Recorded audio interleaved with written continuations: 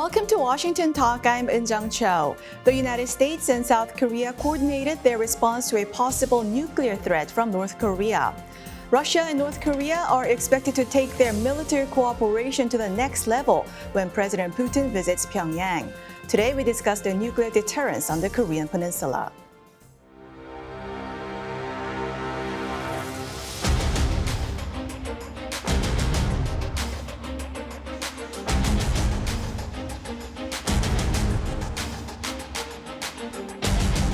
Specifically, the guidelines cover the principles and procedures for consultations, particularly in a DPRK nuclear crisis.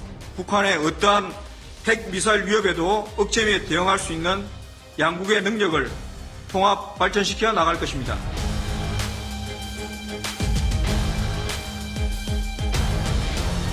Is an example of our efforts to jointly approach nuclear scenarios with our allies as equal partners.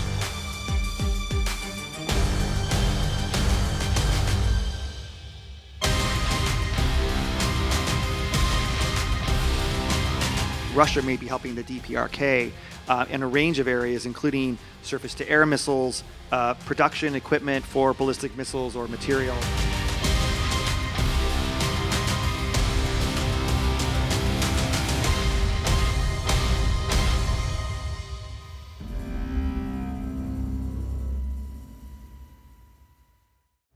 In the studio with me, Mr. Frederick Fleitz, Vice Chair of the Center for American Security at the America First Policy Institute.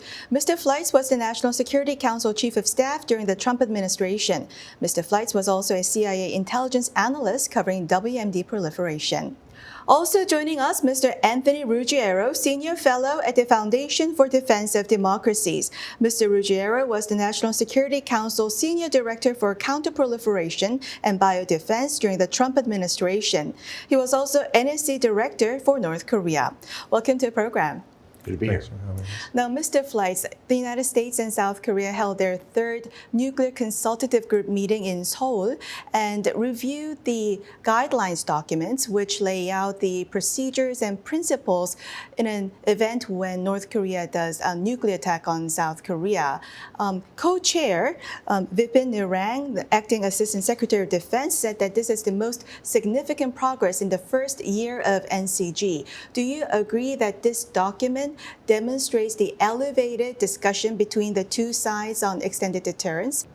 Well, it's a pleasure to be here. The Nuclear Consultative Group is the result of very good leadership by President Yoon to get the United States to think more deeply about the nuclear umbrella and standing with South Korea. And he sparked this debate by saying in early 2023 that he was thinking of bringing nuclear weapons back to South Korea, either South Korea developing them themselves or calling for the U.S. to station strategic nuclear weapons there. The Nuclear Consultative Group is a result of that, and I think it really shows that the U.S. is committed to the nuclear umbrella with South Korea. These have been very productive talks between the two nations, and look, Yoon wanted the United States to reassure South Korea that we are behind the country, that we will defend it in the event of a nuclear war. And I think what we're seeing over the last year in these initiatives is that the message has been delivered and the U.S. is carrying out what he asked for. Mm-hmm. It's all in response to really the threat from North Korea. As that threat gets larger and larger, we're seeing the things on the DMZ, which reminds us about North Korea's conventional forces, the arms that they're selling to Russia, which also reminds us about their conventional forces. I know we tend to focus on the nuclear side, but the fact that this is trying to integrate everything across the board to meet a broader threat from North Korea is useful, and the current administration deserves credit for that, moving that forward. So as you say, the conventional nuclear integration was one of the main focus of discussions this time. Does conventional nuclear forces give South Korea more say, more institutionalized participation in the employment of U.S. nuclear forces? Well, like everything, it depends. I mean, the use of the word employment that you use and others use, I think depends on what the process is here. It's also a unique situation where we have a UN command for a war that officially really didn't end, right? Has ended by an armistice. So obviously South Korea will have a role in whatever part of a response to an attack from North Korea, or if there was a decision to do something preemptively because we were concerned about what North Korea would do. But at the end of the day, I think many of our allies that are non-nuclear allies understand that the decision to use nuclear weapons does and will always rest in the Oval Office. The President of the United States, who is the elected leader of our country, will make those types of decisions. But of course, he will take all of the inputs, including from, I would imagine, the President of South Korea and others. But it's ultimately his or her decision to make.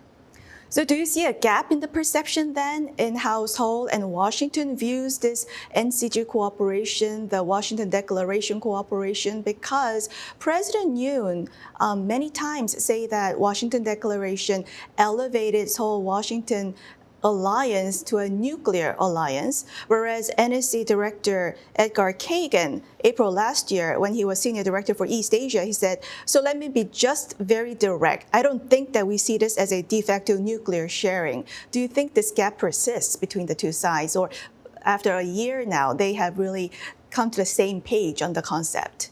Yeah, but not to continue to parse words, but even those comments are different, right? A nuclear alliance, of course, this has always been a nuclear alliance. The U.S. has nuclear weapons, and part of that is deterring North Korea with those. Nuclear sharing is a whole other aspect of that. So I suspect perhaps that I believe now Ambassador Kagan was talking about something else potentially, but it's not a sharing situation. I think sharing implies that when there is a decision to be made, that Yoon will be on the phone with Biden in this current administration. Certainly that might happen, but I think the South Koreans should be, have very open eyes that in America, our process is that the president ultimately makes the last decision on whether to, and that timeline is in some cases can be very short. So he'll take all the inputs as possible, but it's not exactly like we're sharing and there are like two buttons or anything like that. It just doesn't work like that. And Mr. Fleitz, you told South Korean media that President Trump will provide even stronger nuclear umbrella to Korea than now. What do you mean by that? Well, what I first meant was that I think that President Trump and President Yoon will have a very strong relationship. I think they'll be fast friends. They're both conservatives. They both see the world similarly. And I'm hoping the two of them get to meet as soon as possible, maybe at Mar-a-Lago before the presidential election in November. I believe that President Trump will build on the trilateral relationship that President Biden was enhancing in 2023. But I think Biden's policy was reactive. I think, in a way, the Biden administration was not paying enough attention to the Asia Pacific because of issues in Ukraine and the Middle East until President Yoon said, I'm thinking of bringing nuclear weapons back to South Korea. And I think that got the Biden administration to recognize something has to be done. President Trump will take a proactive effort to promote America's relationship with all the nations in the region and to stand up to North Korea. And I think that means he will build on the Biden administration's laudable efforts to work on enhanced deterrence and the trilateral relationship. You said President Trump will be proactive in enhancing deterrence on the Korean Peninsula, but just recently, in a recent interview, just a month ago, President Trump again said that South Korea needs to pay more to defend itself. Wouldn't such comments undermine the alliance when the alliance really has to defend against North Korea's nuclear threat? President Trump is always going to be bargaining to get the best relationship for the United States. But at the end of the day, he recognized, and I believe, first of all, he will recognize, and I don't claim to speak for him, he will recognize how crucial it is that the U.S. stand with South Korea and Japan against growing threats from China and North Korea. When Trump talks about problems with relationships and alliances, he's mostly talking about NATO, and he's going to press Germany and France very hard to meet their NATO commitments. I believe he'll be less concerned about commitments by Japan and South Korea. Why do you think President Trump would be interested in the Asian affairs? Because there's two wars currently going on in the world. And one of the panels told me on the program that for the Republicans, the most important priority is Israel, Ukraine, and Iran. And other things are just checking the boxes. President Trump was very interested in dealing with conflicts around the world, in the Middle East, in Europe.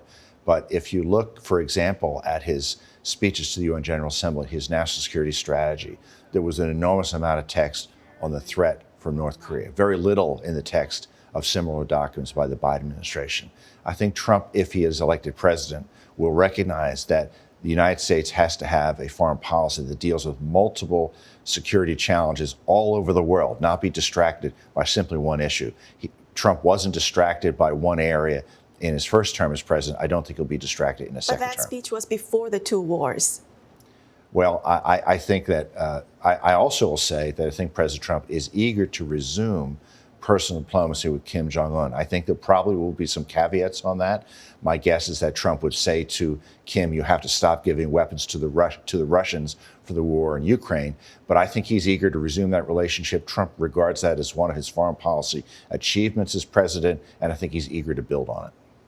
Mr. Ruggiero, the delegates for the Nuclear Consultative Group visited South Korea's Missile Command for the first time, which houses Hyunmoo missiles, including the Hyunmoo 4 and Hyunmoo 5, which are highly confidential with the heaviest warheads, and which are integral parts in South Korea's kill chain and Korea's massive punishment and retaliation. Does the latest visit show that the U.S.-South Korea joint work on extended deterrence will go beyond just deterring North Korea's nuclear threat, but towards the retaliation projects together? Yeah, I think so. I think it'll be, whether responding to some kind of first strike or invasion by North Korea, but then also, the consideration of whether some type of preemptive strike might be necessary if we got information, intelligence of North Korea doing preparations toward invasion. I think that's probably why what we thought they were doing possibly on the DMZ always raises concerns. Now, Mr. Fleitz, Pranay Vadi, Senior Director for Arms Control and Disarmament at the NSC, said absent a change in adversary arsenals, we may reach a point in the coming years where an increase from current deployed numbers is required. If United States changes its nuclear posture, how would that impact the Korean Peninsula? I'm not sure what this person is talking about, but here's what I know. America has a robust nuclear arsenal, but it's old. It has to be modernized. We have weapons that are deteriorating. We have weapons that have been extended long beyond their extended life. And it is important that the U.S. Congress and the President, Republican or Democratic, invest in funds to develop new nuclear weapons, to modernize our existing weapons, and to keep up with China and Russia. And we are falling behind. That's the real issue here. And I'm happy to say that although I don't think that the Biden administration completely understands this, there are patriotic, conservative Democrats in Congress who have insisted that money be spent on this purpose. But we're not spending enough on it to keep up with the Russians and the Chinese. It should be a priority for the next administration. Mr. Ruggiero, do you think the United States is seriously considering changing its nuclear posture for somebody at the NSC to make these comments publicly? Right. I mean, we don't have a choice, really. I mean, we have the situation where North Korea has a growing nuclear arsenal. Iran is on the threshold or on the doorstep to a nuclear weapon, having to be convinced by the Europeans to actually vote for a censure resolution that's pretty obvious. You have Russia threatening to use nuclear weapons in Ukraine, and that changing the Biden administration's approach towards support for Ukraine. You have China watching that, and in the context of what they might do with Taiwan, and then China expanding its nuclear program beyond even what previous assessments were. And at some point, we will face the unprecedented situation where the United States will have two nuclear peers, which has never happened in our history. And then we also have to deter North Korea, and we have to plan for deterring Iran. None of those four are really aimed at each other. They're all aimed at the United States, and we're the only country that abides by the treaty that restricts how many nuclear weapons we can have deployed. Russia has violated that treaty multiple times. China, there is no arms control treaty. There's nothing with North Korea, nothing with Iran. And so I'm glad to hear that this administration says that in public. I hope they're having a robust debate in private. But as Fred said, the fact remains that our nuclear architecture is old and needs to be replaced. And I think there is a bipartisan consensus in Congress to do more. I hope that this administration is working behind the scenes to start that process, because regardless of who's in office in 25, whether it's Biden or Trump, they're both going to have a serious conversation about what's the right size of our arsenal and our missile defense and some of the other parts of the defense industrial complex that we're well behind on. So you talk about the nuclear architecture. Proponents of South Korea's nuclear indigenous development say that if South Korea gets its own nuclear weapons, that would actually be helpful to U.S.'s global strategy, because U.S.'s ally is South Korea, and if South Korea has nuclear weapons, that would be helpful to the United States. Well, that's not our policy currently. I mean, our policy currently is that we want less nuclear weapon states, and we have a non-proliferation policy with laws and regulations that really, detail what that involves. And I think, as we talked about earlier, we're moving down toward increased deterrence on the nuclear and the conventional and the combined side, which hopefully gets toward what South Korea is looking for. But those are legitimate questions. I think what Yoon talked about are things that were talked about in private, not just in South Korea, but in places like Saudi Arabia and in UAE and elsewhere in that region, asking the question. And when the Ukraine war ends, that conversation, I guarantee, if it's not already happening, will happen in Europe, about countries asking the question about how exactly is the United States going to deter two peer competitors and two rogue states, all of whom are going to be directing their nuclear weapons at the U.S., our allies, and our troops overseas. So this is a conversation that's just developing, and it will happen over the next 5 or so years about what is exactly the direction of U.S. non-proliferation policy going forward. Mr. Fleitz, nuclear posture must be against China and Russia mainly, but when the time comes where the United States increase the number of nuclear arsenals, is there also a possibility that posture on the Korean Peninsula could also change, and that the tactical nuclear weapons could be redeployed to South Korea? It's a possibility, and it's something that I think the U.S. is going to be looking at. But I believe what Anthony is saying, the issue of non-proliferation, of not deploying more weapons, of discouraging a nuclear arms race in Asia, that's something I think both Republican and Democratic presidents are going to be supportive of.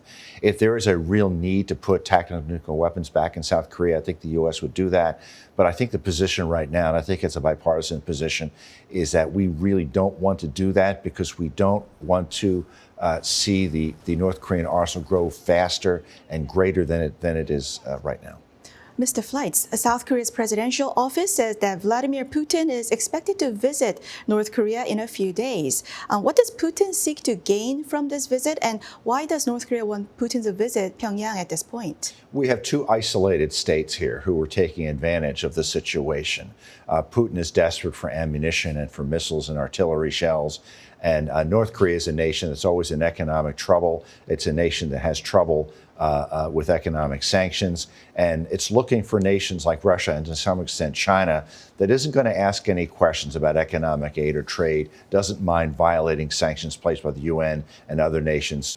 I think North Korea is probably using this to obtain certain technology, missile technology, satellite technology, so its satellites will succeed once they're placed in orbit, something that the North has had trouble with. Do you think North Korea may also get Russian help on miniaturizing the nuclear warheads? I don't. I don't think Russia will help North Korea with its nuclear program. I mean, that's just my personal opinion. I believe Putin is going to help North Korea to a certain extent. And I think helping with missiles is helping with the nuclear program. And in terms of developing nuclear devices, miniaturizing nuclear devices, there's been no evidence that Russia's willing to do that. I don't think that's a line Putin will cross. Maybe it all depends on how desperate Putin is. I think Putin is desperate, but I also believe concerning Iran and North Korea, both China and Russia have looked at these states as rogue states, and they can't be sure where nuclear weapons in these nations will eventually end up or what they might do with them. So I hate to add a degree of rationality to Vladimir Putin, but my assessment is that this is probably a red line he's not going to cross.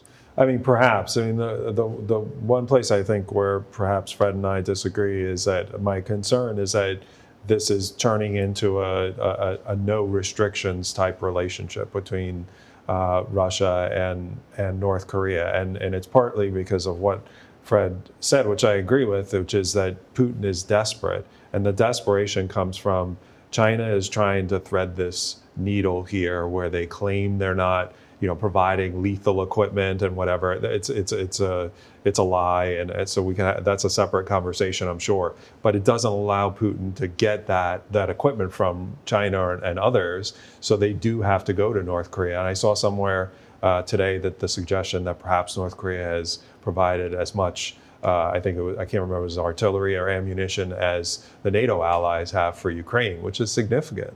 And I just think that if Kim said to Putin when he's in Russia, well, I want help with my nuclear. I've always had this concern, as Fred knows, we've worked together for a long time, that there was always this wall between them. I'm worried that wall is either disappearing or getting thinner and thinner. The one last thing before, not to preempt if you ask it, but I've been at this table quite some time, and I've said multiple times that I'm still baffled by this administration's North Korea policy, particularly its North Korea sanctions policy, when they sanction 300 companies and individuals in Russia and have that kind of impact, where Russian banks are going offline, the stock market is crashing, the ruble is in shambles. They refuse to do the same thing on North Korea. And the point I've made multiple times here and elsewhere is that regardless of who's in office, I agree with Fred, if President Trump is back in office, we'll have at some point in his term conversations with Kim Jong-un. But as we talked about earlier, as Fred talked about earlier, that started with the maximum pressure campaign and leverage that was built. We have none of that now. This administration doesn't care about that. It seems like they don't care about building that leverage on North Korea to stop this relationship. And it baffles me. It's baffled me since the moment that Kirby said that the relationship had started, Admiral Kirby, and the fact that I think a Trump administration would come in and would build that leverage very quickly. It's easy to do. It's all there. And this administration refuses to do it. It's still baffling to me. Is when they say they support Ukraine, and that they are countering Russia, and they have an entire G7 meeting dedicated to it, and one of Russia's main suppliers is allowed to continue to operate as normal with no restrictions, really. It's still baffling. Well, the Biden administration just recently sanctioned vessels that transport weapons from North Korea to Russia. Okay, well, the captains of those vessels probably don't care that they were sanctioned. There are interdiction provisions in the Security Council resolutions. Let's use those. How long have we had the UN security, UN sanctions multilateral monitoring group monitoring, not actually taking action? So I'm sure there are a lot of pretty pictures and all these different things about what these vessels are doing, but we have experience in this in other arenas, whether it's in drug interdiction or elsewhere, or what we're doing in the Middle East, right? Interdicting things that are going to the Houthis from Iran and going to other terrorist groups. But we refuse to do this in the instance of a nuclear power, in the case of North Korea, that's directed at allies in the region and the United States homeland. We refuse to do this. And until we start doing things like that, taking down the actual networks in China that are helping North Korea, I can't take this seriously at all. Well, that's all the time we have for this week. Mr. Ruggiero, Mr. Fleitz, thank you very much for joining us. Thank you. And thank you for watching. We'll be back here next week with U.S. experts to discuss the two Koreas and the region right here from Washington.